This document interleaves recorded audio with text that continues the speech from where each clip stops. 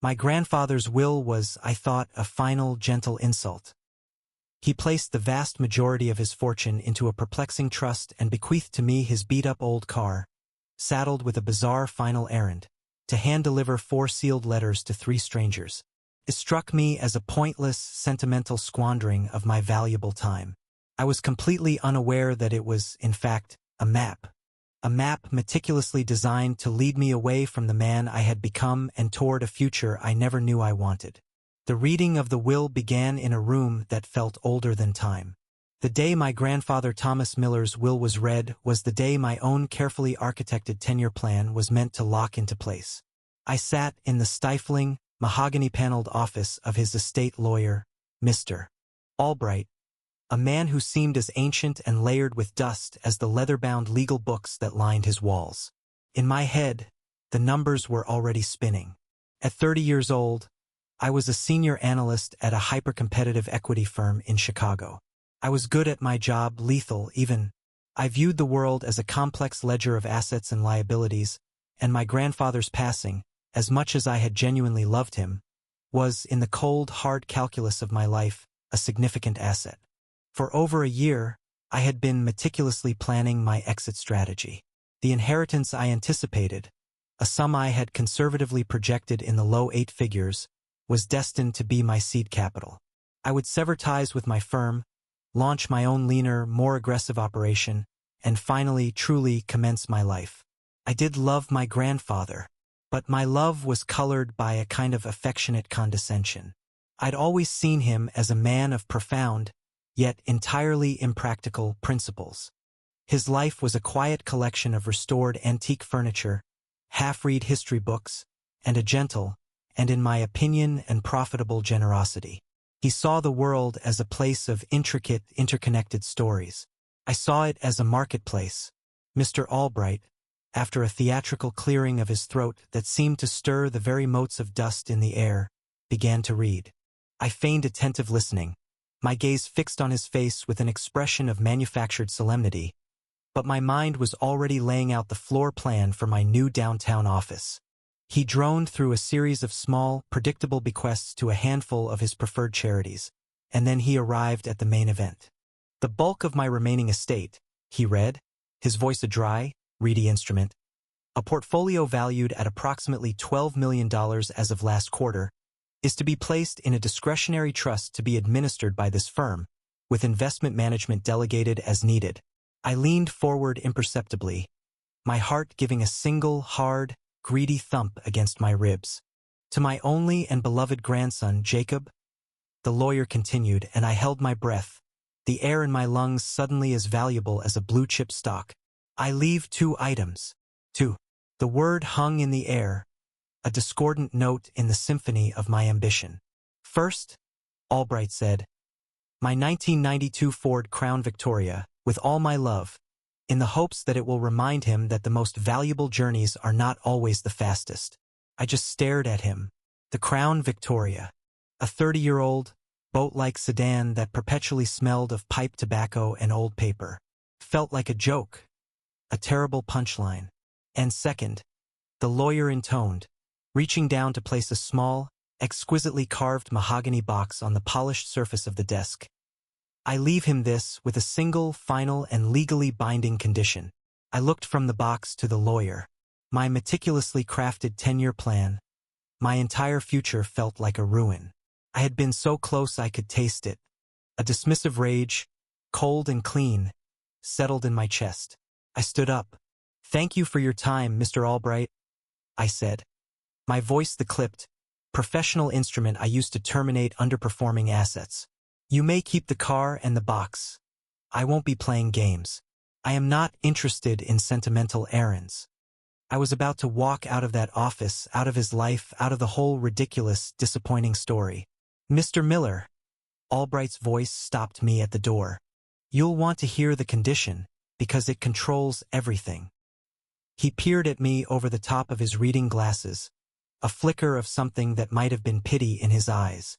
Access to the $12 million trust and your ability to be named its sole trustee, he said, his voice a quiet, final checkmate. is entirely and completely contingent upon your successful completion of the task he has left for you in that box. I walked back to the desk, a prisoner to a dead man's final, deeply infuriating whim. I flipped open the lid of the mahogany box. Inside, nestled on a bed of faded black velvet, were 4 thick, formally sealed envelopes. Each was addressed to a different person in a small, obscure town I'd never heard of. It was bizarre, posthumous emotional blackmail. A final, frustrating lesson from a man who had always been trying to teach me a lesson I had never wanted to learn.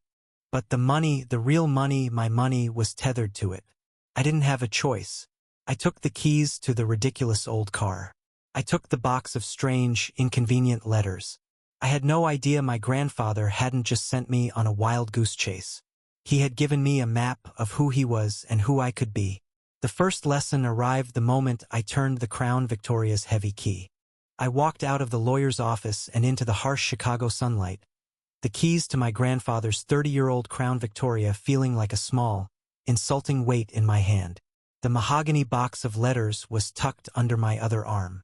I had decided to play his sentimental little game, deliver the letters and claim my prize. How long could it possibly take?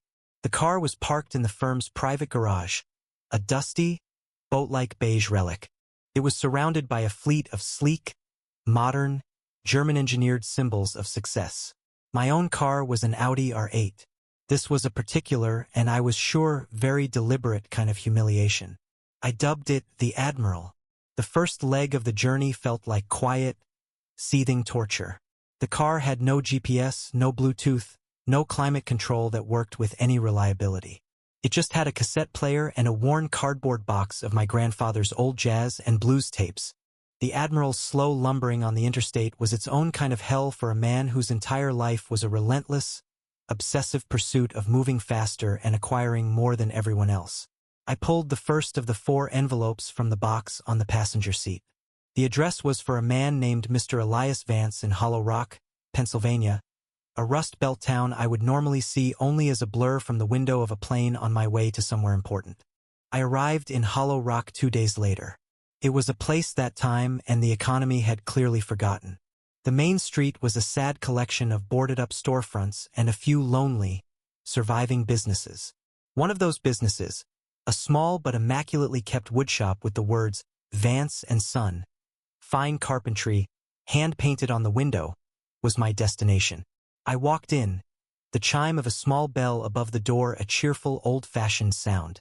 The air was thick with the rich, beautiful, and life-affirming scent of fresh cedar and oil-based stain. An elderly man, his hands, his apron, and his magnificent white hair all dusted with a fine layer of cedar, looked up from a workbench where he was carefully carving the leg of a chair. "I'm looking for an Elias Vance," I said, my voice carrying the clipped, efficient tone of a man who did not have time for pleasantries. "You've found him," the old man said, his own voice a warm, gentle baritone. "What can I do for you?" I placed the sealed cream-colored envelope on the workbench between us. "I was asked to deliver this to you," I said. "It's from a man named Thomas Miller." The old carpenter froze, his chisel hovering over the wood. He looked at the envelope and then up at me, his kind, pale blue eyes beginning to fill with a sudden, surprising emotion. "Thomas," he whispered, the name a prayer, a ghost. "My God. I haven't heard that name in 35 years. With hands that were now trembling slightly, he wiped the dust from his fingers and carefully, almost reverently, took the letter. He broke the seal. He read, and then he began to weep. Not with a loud, dramatic wail, but with the silent, profound, moving sobs of a man who had just been given an impossible and long-forgotten gift. Through his tears, he told me the story. He told me of a day 35 years ago when he had been a young, penniless woodworker with a dream of opening his own shop, a place where he could build furniture that was meant to last for generations. He told me of the banks that had laughed at him, of the loan officers who had dismissed his business plan. He had been on the verge of giving up, and then he had walked in, a young man, a complete stranger with quiet, thoughtful eyes. My grandfather. He had inspected a small chest of drawers Elias had made. He had listened to his story. And then he had done something impossible. He had written him a personal check for $25,000. It wasn't a loan, Elias explained, but an investment. He had insisted on taking a 49% stake in the fledgling business. The world needs more things built to last, my grandfather had told him. And what you build is meant to last.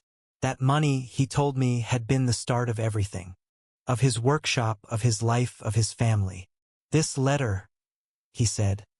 His voice a choked, grateful whisper as he held up the paper. It's the original equity certificate. And at the bottom he signed it over. All of it. He showed me the note scrawled in my grandfather's familiar hand. Elias, the business is yours. It always was. You built it. Thomas. I sat in that ridiculous 30-year-old car. The scent of fresh-cut cedar and my grandfather's quiet, secret, and breathtaking decency still clinging to my expensive and suddenly very shallow-feeling suit. The old man's tears, his story of my grandfather's impossible and profitable faith. It was a data point that did not fit into my own carefully constructed and cynical algorithm of the world. I looked at the 3 other sealed letters still sitting in the mahogany box on the passenger seat. They were no longer just a series of inconvenient, frustrating errands. They were a mystery, a puzzle, a map of a man I had loved but was now beginning to realize I had never ever truly known. And for the very first time in my entire ambitious, impoverished life, I felt a strange, unsettling, and profoundly compelling need to find out exactly where it led. The next lesson waited in the Blue Ridge, where beauty lived in quiet rooms. I drove out of that small, forgotten Pennsylvania town with the ghost of my grandfather sitting in the passenger seat. The car, his car, which had felt like a prison just days before, now felt different. It was a time capsule. I looked at the worn dashboard, at the faded upholstery, and I tried to picture him, a young man, driving these same roads on his way to change a stranger's life with a quiet, anonymous act of grace. The thought was so at odds with the man I thought I knew that it made my head ache. The next letter in the box was addressed to a woman named Clara Mae Thompson in a small, artsy-looking town called Cedar Creek, nestled in the Blue Ridge Mountains of Virginia. It was a 2-day drive. For the first time on the trip, I didn't feel the crushing, impatient weight of the time I was losing. Instead, I put in one of his old John Coltrane tapes and I listened. The music was complex, full of stories of heartache and hope, and it was the soundtrack to a part of his life I had never bothered to ask about. I found the address on a quiet, tree-lined street. It was a small, charming, but slightly run-down bungalow with a porch that was overflowing with potted plants and wind chimes. As I walked up the path, I could hear the gentle scratching sound of charcoal on paper coming from an open window. I knocked. The scratching stopped. A moment later, the door opened, and a woman in her late 30s, with kind, tired eyes and a crescent of charcoal on her cheekbone, looked out at me with a weary, questioning expression. A small boy, no older than 7, peeked out from behind her legs. "Clara Mae Thompson?" I asked. "Yes," she said, her hand resting protectively on her son's head. I felt like an intruder, a man in a suit from another world. So I just held out the letter. "My name is Jacob Miller," I said. "My grandfather, Thomas, asked me to give this to you." She took the letter, her expression a mixture of confusion and a dawning, fragile hope. She opened it.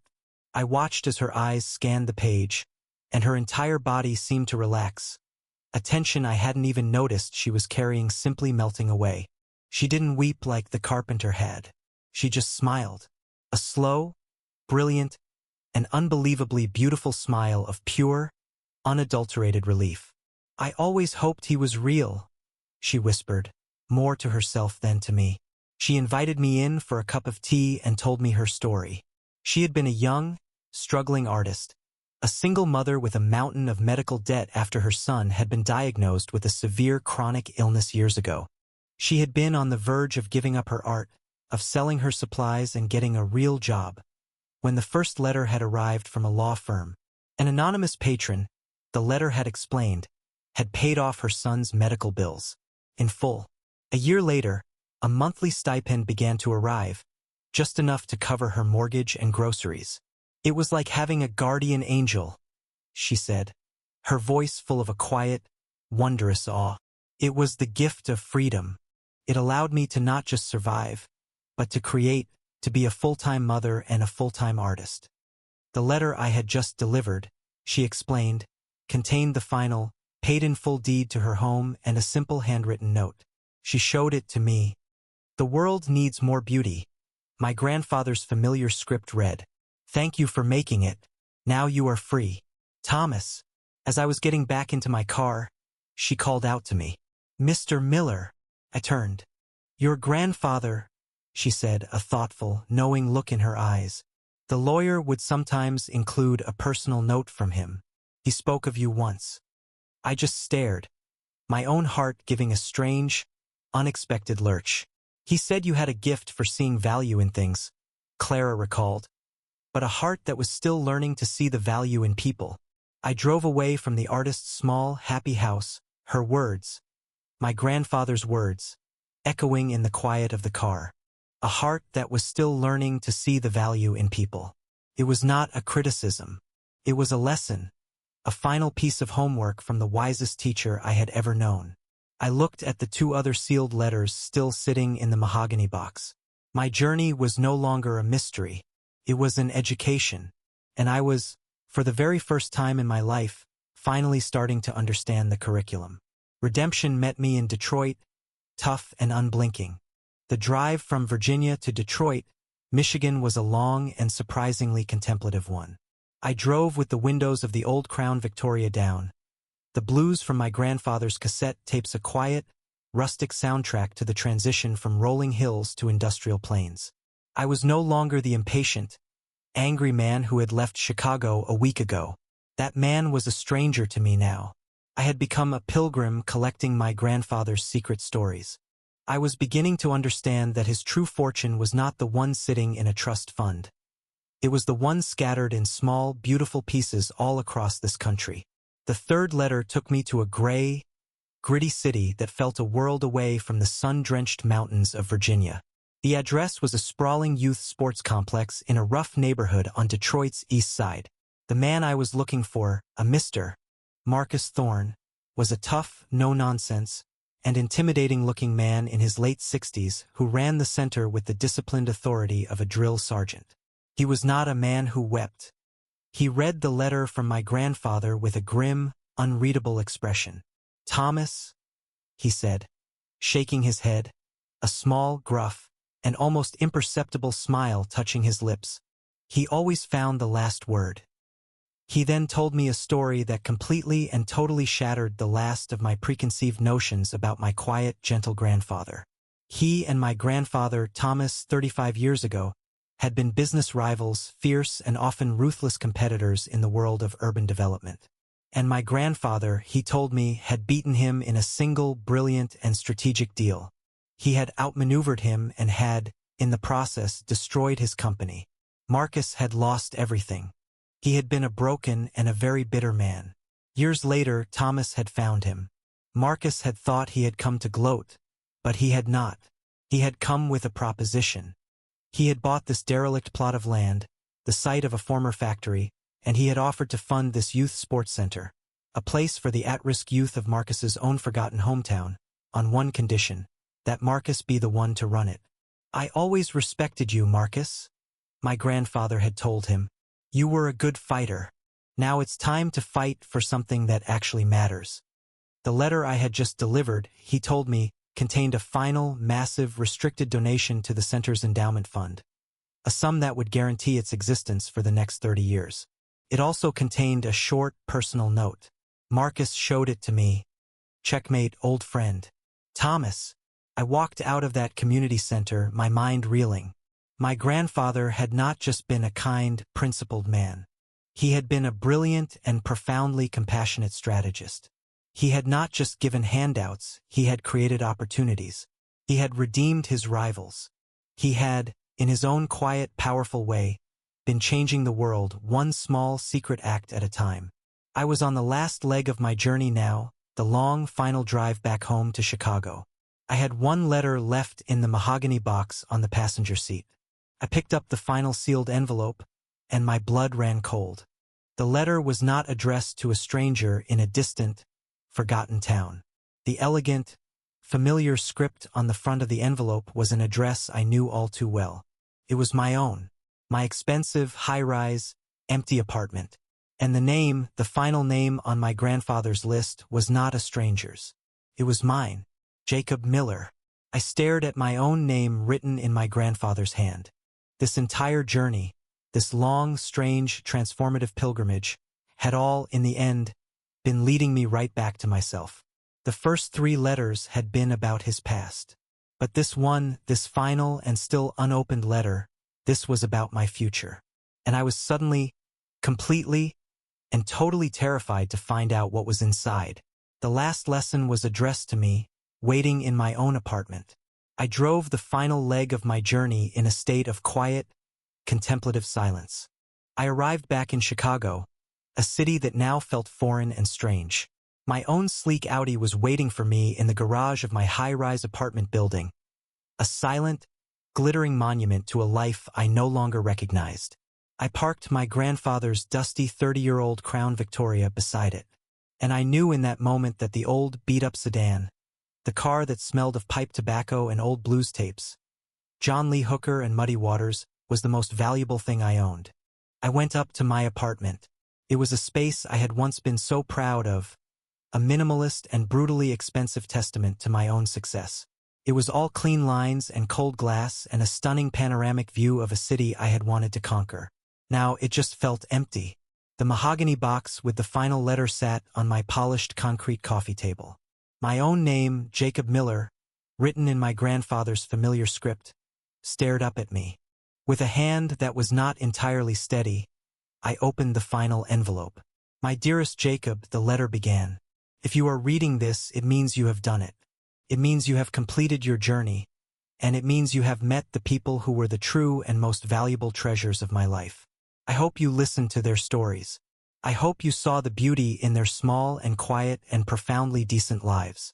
I must apologize, my boy, for this strange and manipulative final errand, but I knew it was the only way. I have watched you for years, my brilliant, ambitious, unhappy grandson. I have watched you build a fortress of success around your own heart.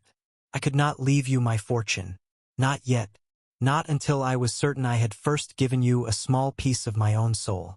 The carpenter, the artist, your old rival, they were not just errands, Jacob. They were your education. I needed you to see with your own 2 eyes that the greatest investments in this world are not the ones that offer a financial return, but the ones that offer a human one. I needed you to understand that true wealth is not the money you accumulate in a bank account, but the quiet and often unseen good you put out into the world. I needed you to learn how to count what truly and everlastingly matters. I had to stop reading, the paper in my hand trembling, a hot, shameful tear blurring the ink of his final, beautiful words. The money in the trust, the letter concluded. The $12 million, it is now yours to command. Mr. Albright has been instructed to appoint you as sole trustee of the trust, effective today. I did not just leave this money to you in my will, my darling boy. I made you earn it, not with your brilliant mind for business, but with your good and true and newly remembered heart. What you do with it now will be the final and most important testament to the man you have become. Make me proud. With all my love, Thomas. I finished the letter, and the tears I had been holding back for my entire adult life finally and completely came. I was not crying for the money. I was crying for him, for the profound, strategic, and unconditional love of the man I had so badly and so completely misunderstood. I was not just his grandson anymore. I was his student, and I had finally, after a long and difficult, beautiful final exam, graduated. My phone call to Mr. Albright was brief and, to him, I am sure, utterly baffling. I did not ask about the transfer of funds. I told him I wanted to change the name of the trust. As of today, I said, I want to convert the trust into a charitable foundation, the Thomas Miller Foundation for Lasting Things. The weeks that followed were a quiet, satisfying demolition of my old life. I walked into my corner office and resigned. I sold my soulless Audi, and I sold the expensive high-rise apartment with its lonely, panoramic view, and I kept the Admiral, My new life was a world away from the one I had known. I used my grandfather's fortune, my fortune, to continue his work. I became the quiet, anonymous benefactor. I found a young, brilliant chef about to lose her restaurant and paid off her debts. I found a small, independent bookstore about to be crushed by a corporate chain and bought their building for them. I was not just giving away money. I was investing, for the first time in my life, in the beautiful and deeply human business of hope. A year later, on a warm, sunny afternoon, I am driving the old, beloved Crown Victoria down a quiet country road. The mahogany box is on the passenger seat beside me. Its 4 original letters now replaced by a stack of new ones, new stories, new possibilities. I am on my way to the first official annual board meeting of the Thomas Miller Foundation. I pull up to a small, charming, and beautifully restored farmhouse. It is the new headquarters, and waiting for me on the porch are my new board of directors. Mr. Elias Vance, the old carpenter, is there, a warm smile on his face. Clara May Thompson, the artist, is there, her sketchbook in hand, her son playing in the yard. And my grandfather's old rival, the gruff and surprisingly wise Mr. Marcus Thorne, is there, a look of quiet, respectful approval on his face. These were my people now, my partners, my family. I thought back to that day in the lawyer's office, to the cynical, greedy young man so disappointed by a beat-up old car and a box of letters. He had been desperate to find a fortune. He had no idea that his grandfather, in his infinite, patient love, had left him something far greater. Not just money, not just a business. He had left him a compass, a way to live. As I looked at the faces of the good and decent people gathered on that porch, I felt something settle inside me. Not ambition, not greed, but a quiet strength. A strength that did not come from wealth or power, but from walking in alignment with something larger than myself. For the first time, I felt what my grandfather must have felt all along. That our lives only truly matter when they lift others. I had finally inherited the only family fortune that mattered. Not the trust fund, not the foundation, but the spirit of generosity, resilience, and hope that cannot be measured in dollars. And as the sun dipped lower, painting the farmhouse porch in gold, I silently promised him I would carry that spirit forward. If the story moved you, tap subscribe and hit the bell so you never miss a new tale of karma, family, and second chances. Drop a comment. Which letter spoke most deeply to your spirit, permanence, beauty, redemption, or inheritance? And if you believe quiet kindness can change a life, give this video a like and share it with someone who needs hope today.